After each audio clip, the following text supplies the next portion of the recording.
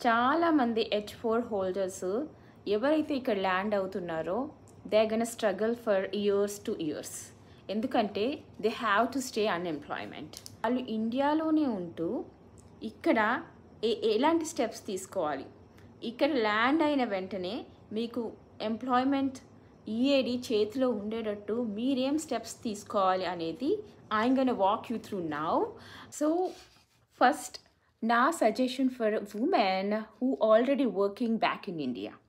So women ఎవరైతే back in ఇండియాలో work చేస్తున్నారో my honest advice is not to leave the company immediately. Check out with your employer. Hey, my spouse is on H1B. Is there any possibilities you can sponsor me L1B? If in case మీ office ఆన్షోర్లో ఉన్నట్టయితే మీ ఎంప్లాయర్ని మీరు ఆ question అడగచ్చు. No అన్నారనుకోండి, then you can work out on other solutions. చాలామంది ఏంటంటే బ్యాక్ ఇన్ ఇండియా వర్క్ చేస్తారు, వాళ్ళ స్పౌస్ ఇక్కడ ఉన్నారని ఆ ఎంప్లాయ్మెంట్ని వదిలేసి ఇక్కడికి వస్తారు. సో ఆ మిస్టేక్ అయితే చేయకండి. Next suggestion for the women who already working is H1B process. So H1B ఎవరైతే స్పాన్సర్ చేస్తారో లైక్ యూనో వాళ్ళని ఎత్తుకోండి, ఎంప్లాయర్ కోసం ఎత్తుక్కోండి. H1B స్పాన్సర్షిప్ ఇస్తాను అంటే దానికి అప్లై చేయండి. ఇక్కడ యునైటెడ్ స్టేట్స్ ఆఫ్ అమెరికాలో డే 1 CPT యూనివర్సిటీస్ ఉంటాయి. సో డే 1 CPT యూనివర్సిటీస్ అంటే యూ కెన్ వర్క్ డే 1 అనమాట. సో అక్కడ చదువుకుంటూ డే 1గా వర్క్ చేయొచ్చు అనమాట. So you can start applying for that particular universities and you can start looking out for jobs in United states.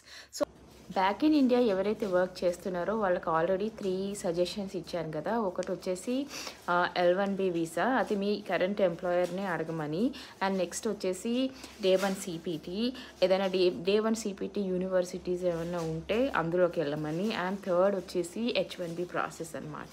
So ఈ 3 options మీకు అవైలబుల్గా లేనప్పుడు అప్పుడు H4 మీదకి వెళ్ళండి. ఆ H4 మీదకి వెళ్ళే ముందు కూడాను మీ హస్బెండ్ని అడగండి, హే జీసీ స్టార్ట్ చేశారా, I-140 అప్రూవ్ అయ్యిందా? If they said yes, then you are all set. You no need to be worried and you no need to look out the first 3 options which I mentioned now. కానీ if he said no, then you have to push him to get into the GC process. The women who are not working and recently got married, so వాళ్ళకి నా best advice ఏంటంటే ఒక question అడగండి మీ హస్బెండ్ని, hey మీ GC అనేది start అయ్యిందా, ఈజ్ I-140 ఈజ్ అప్రూవ్డ్ అనేది ఒక క్వశ్చన్ అడగండి మీ హస్బెండ్ని. So if they say yes, then you are all set, you are on good page. If they say no, then you start asking to apply a GC.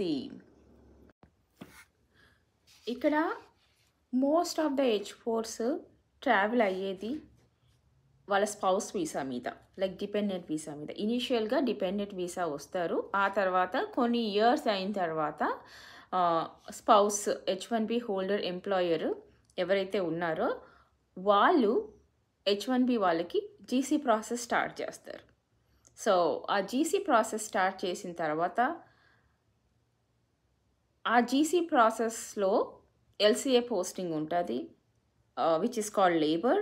ఆ labour approvals వచ్చిన తర్వాత I-140 apply చేస్తారు. So once I-140 is approved, then spouse can apply for EAD అనమాట. Spouse is eligible to apply for EAD and once EAD is approved, then the spouse can work on that EAD card. So if your husband is working with small consulting companies, అది best opportunity అనమాట GC start చేయడానికి. Most of the employers ఏమంటారు అంటే, hey wait for 2 more years, wait for 3 more years అని 4th year వరకు drag చేసుకుంటూ వస్తారు. So అలా డ్రాగ్ చేసుకోకుండా మీరు ఒక మాట అనండి, like just request them to get started with